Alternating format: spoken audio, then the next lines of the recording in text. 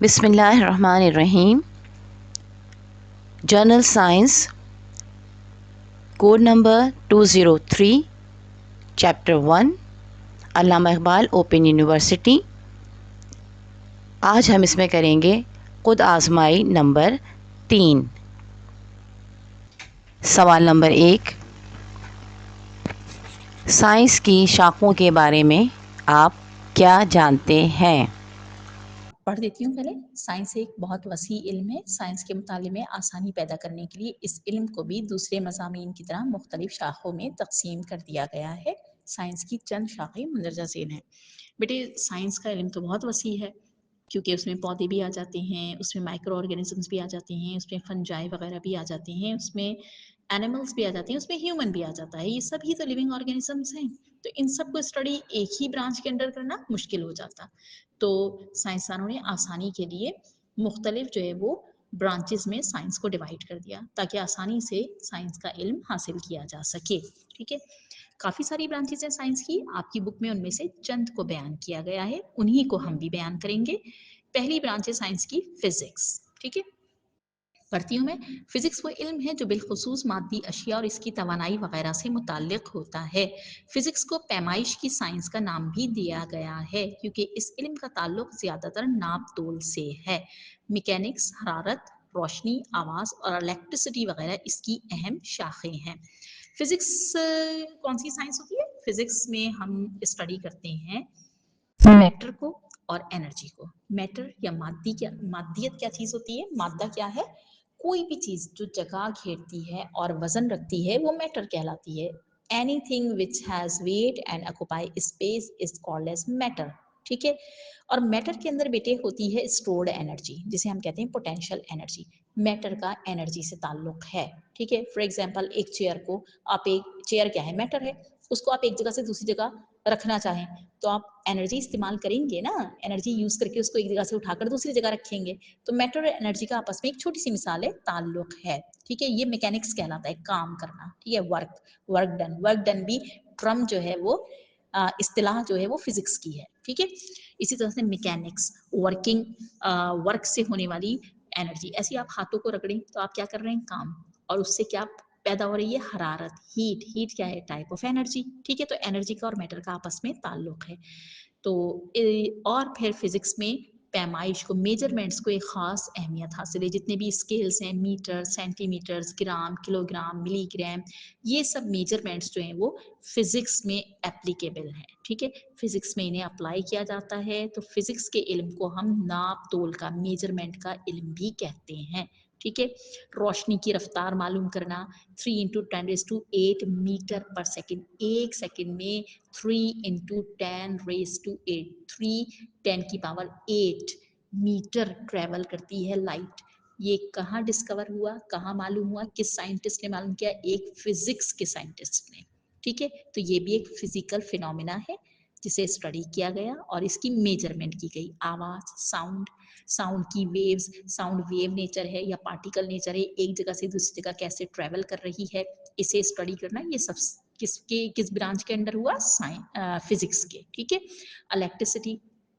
Electricity کی invention کہ charges ایک جگہ سے دوسری جگہ اسٹریٹ ڈائریکشن میں، ایک ہی ڈائریکشن میں فلو کریں گے تو وہ کرنٹ ہے. ٹھیک ہے، اور کرنٹ کو یوٹیلائزیشن کرنٹ کی الیکٹرسٹی کہلاتی ہے. ٹھیک ہے، تو ایک خاص مقدار میں ایک جگہ سے دوسری جگہ پیرالل یا جو ہے وہ سیریز میں ٹریول کرنا. ٹھیک ہے، تو یہ سب کیا ہے؟ یہ فزکس ہے. تو فزکس میں ہم مادی اشیاء یعنی میٹر کو اور اس سے ریلیٹ انرجی کو، انہیں اسٹڈی کرتے ہیں جس کے اندر ہم بہت ساری میجرمنٹس کو اپلائی کرتے ہیں. تو یہ ناپ تول کا علم بھی ہے، پیمائش کا علم بھی ہے، اور انرجی کا علم ہے، اور یہ میٹر کا علم ہے. دوسری برانچ ہے کیمسٹری. ٹھیک ہے، کیمسٹری وہ شاخ ہے جس میں مختلف اشیاء کی نیچر، ماہیت کو، کمپوزیشن یعنی ان کی ترکیب کو اور ان کی کیمیکل پراپرٹیز کو اسٹڈی کیا جاتا ہے. ٹھیک ہے، کیمسٹری جیسے نام ہی بتا رہے کیمیکل کمپوزیشن. آپ کو پتا ہے تمام لیونگ یا نان لیونگ آرگینزمس کیمیکل سے ہی مل کر بنے ہیں کیونکہ سب مادے ہیں، سب کیا ہے؟ میٹر. اور میٹر کا سب سے اسمالسٹ پارٹیکل کیا ہے؟ ایٹم. اب ایٹم جب کمبائن ہوتا ہے تو وہ بناتا ہے مالیکیول، اور مختلف مالیکیول مل کر کمپاؤنڈز بناتے ہیں. اور یہ کمپاؤنڈز ہی جو ہے اصل میں کیا ہے؟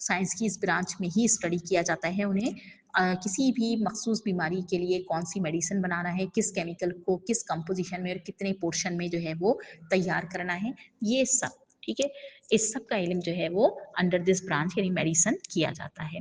نیکسٹ اور لاسٹ برانچ جو آپ کی بک میں دی ہوئی ہے وہ ہے جیوگرافی۔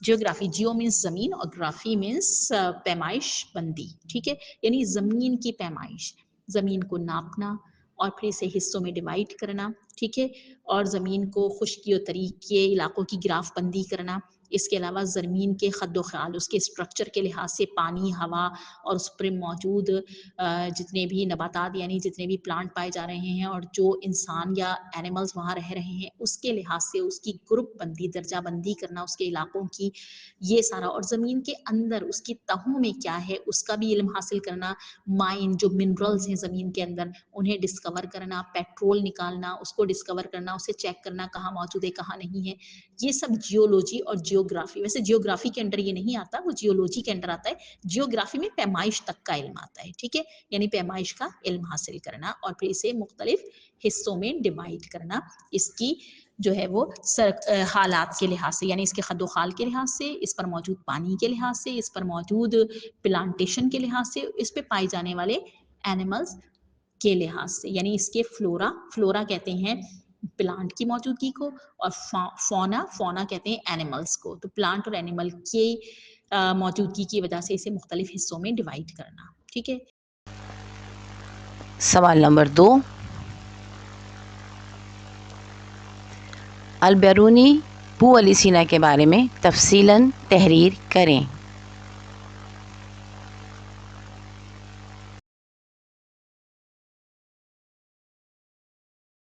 نام آتا ہے وہ ہے مشہور سائنٹسٹ البیرونی۔ البیرونی کا پورا نام برہان الحق ابو ریحان محمد بن احمد ہے اور ان کا جو ایرا ہے، ٹھیک ہے، دور جو ہے وہ 973 یعنی 973 اے ڈی میں پیدا ہوئے یہ، اینڈ 1048 اے ڈی یعنی 1048 عیسوی صدی میں ان کا انتقال ہو گیا۔ البیرونی نے حیت، ریاضیات، جغرافیہ اور تاریخ کے موضوعات پر بہت کام کیا اور اس میں یہ ایک مستند نام، ان کا ایک نام جو ہے مستند ہے، انہوں نے جو ہے وہ میتھمیٹکس میں، جیوگرافی میں، ہسٹری میں اور نیچر پہ ورک کیا، ٹھیک ہے، یہ نیچرل جتنی بھی علوم ہیں، قدرتی علوم جتنے بھی ہیں، ان کے ماہر تسلیم کیے جاتے تھے۔ سلطان محمود غزنوی کے دور میں ان کو ایک دربار میں بہت بڑی حیثیت حاصل تھی، ایک عالم کے طور پر وہاں موجود رہتے تھے، اسکالر کے طور پر یہ دربار سے منسلک تھے اور اس وقت کی تاریخ بھی لکھ رہے تھے، تاریخ دان بھی تھے۔ البیرونی نے ہی دریافت کیا کہ روشنی کی رفتار آواز کی رفتار سے زیادہ تیز ہے، اور یہ ابھی بھی پروف ہے اور حقیقت ہے، یہ صحیح درست مانا جاتا ہے۔ اور سیاح بھی تھے یہ، برِ صغیر کی سیاحت کے دوران البیرونی جب پاکستان کے قصبے نندنا کے قلعے کے پاس آئے تو انہوں نے حساب لگا کر بتایا کہ زمین کا جو ریڈیس ہے، جسے ہم اردو میں نصف قطر کہتے ہیں، یہ تقریباً 6338 کلومیٹر ہے۔ اس وقت بغیر کسی جو ہے وہ اچھے اکوپمنٹ کے انہوں نے اتنی ایکوریٹ کیلکولیشنز دیں، جو اب جدید دور میں جب کیلکولیٹ کیا گیا تو زمین کا جو ریڈیس معلوم ہوا ہے وہ 6353 کلومیٹر ہے، انہوں نے بتایا تھا 6338 اور یہاں 6353 نکلا، یعنی صرف 15 کلومیٹر کا فرق نکلا، جو مور اور لیس سیم ہی کہلائے گا، تو کتنی ایگزیکٹ کیلکولیشنز تھیں ان کی۔ البیرونی نے اس کے علاوہ علم نجوم یعنی ایسٹرونومی پر، فلکیات پہ، ستاروں کے علم پہ، میتھمیٹکس پہ، جیوگرافی پر بھی بہت زیادہ جو ہے وہ معلومات فراہم کی ہیں، اس میں بھی ہم سب کا گراں قدر اضافہ کیا ہے۔ البیرونی نے ہی نظریہ پیش کیا تھا کہ وادی سندھ کسی زمانے میں، یہ جو ہمارا صوبہ سندھ ہے نا، کسی زمانے میں یہ پورا سمندر تھا، آہستہ آہستہ بعد میں یہاں کیچڑ اور ریت جمتا گیا اور یہ وادی سندھ وجود میں آ گئی۔ اب جدید دور کے جو ماہرین ارضیات ہیں، جیولوجسٹ ہیں، جب وہ ہماری سندھ کی زمین کو اسٹڈی کرتے ہیں تو ان کا بھی یہی خیال ہے کہ سندھ تقریباً جو ہے وہ کافی عرصے پہلے تک یہ سمندر تھا اور اس کے بعد آہستہ آہستہ یہ جو ہے یہاں پر وادی تخلیق پائی ہے، ٹھیک ہے، وجود میں آئی ہے۔ اچھا، یہ البیرونی جو ہیں انہوں نے ریاضی کے موضوعات پر تقریباً 150 سے زائد کتابیں تحریر کی ہیں۔ ٹھیک ہے.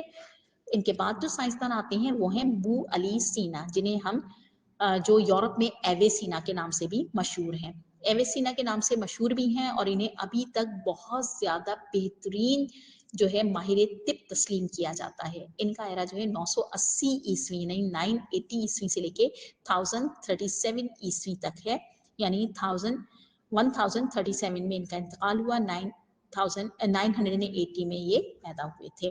ان کا پورا نام ابو علی الحسین ابن عبداللہ ہے. یورپ میں ایویسینا کے نام سے مشہور ہیں. بو علی سینا کو مسلم دنیا کا ایرسٹوٹل یعنی ارسطو بھی تسلیم کیا جاتا ہے. انہوں نے زیادہ ورک طب پہ کیا ہے. تقریباً 760 یعنی 760 جڑی بوٹیوں پر انہوں نے ریسرچ پیپر لکھا تھا. یہ ایک کیمیا دان کے ساتھ ساتھ ایک دوا ساز یعنی فارماسسٹ بھی تھے. فارماسیوٹیکل ورک ان کا بہت زیادہ ہے. انہوں نے میڈیسن ایجاد کی کافی ساری، جنہیں ابھی بھی درست تسلیم کیا جاتا ہے. اور طب پر لکھی گئی یعنی میڈیسن پر اور میڈیکل کے شعبے میں انہوں نے جو کتابیں لکھی ہیں وہ ابھی تک یورپ کے کتب خانوں میں، لائبریریز میں ان کی ٹرانسلیشن موجود ہے. انہیں ٹرانسلیٹ کر کر ابھی تک استعمال کیا جا رہا ہے. یہ پہلے کیمیا دان تھے جنہوں نے اس خیال کو رد کیا کہ عام دھاتوں کو سونے میں تبدیل کیا جا سکتا ہے. پہلے زمانے میں بہت تھا نا کہ کسی بھی دھات کو ہمارے پاس یہ طریقہ ہے، وہ طریقہ ہے، یہ طریقہ ہم نے ایجاد کر لیا، اس کو ہم سونا بنا دیں گے، گولڈ بنا دیں گے، اتنی ترقی ہو جائے گی. تو انہوں نے رد کر دیا، نہیں، سونا ایک بالکل الگ ایلیمنٹ ہے، گولڈ ایک بالکل الگ ایلیمنٹ ہے جس کے ایٹم کے اندر الیکٹران، پروٹون، نیوٹران بالکل ڈفرینٹ ہیں اور کسی بھی دوسری میٹل کو گولڈ میں کسی دوسری میٹل میں تبدیل نہیں کیا جا سکتا. انہوں نے تقریباً 100 سے زائد جو ہے کتب لکھی ہیں جو فلسفے کے موضوع پہ، سائنس پہ، فقہ پہ، ادب پہ اور طب پہ، سب پہ ہیں. ٹھیک ہے. مسلمان سائنس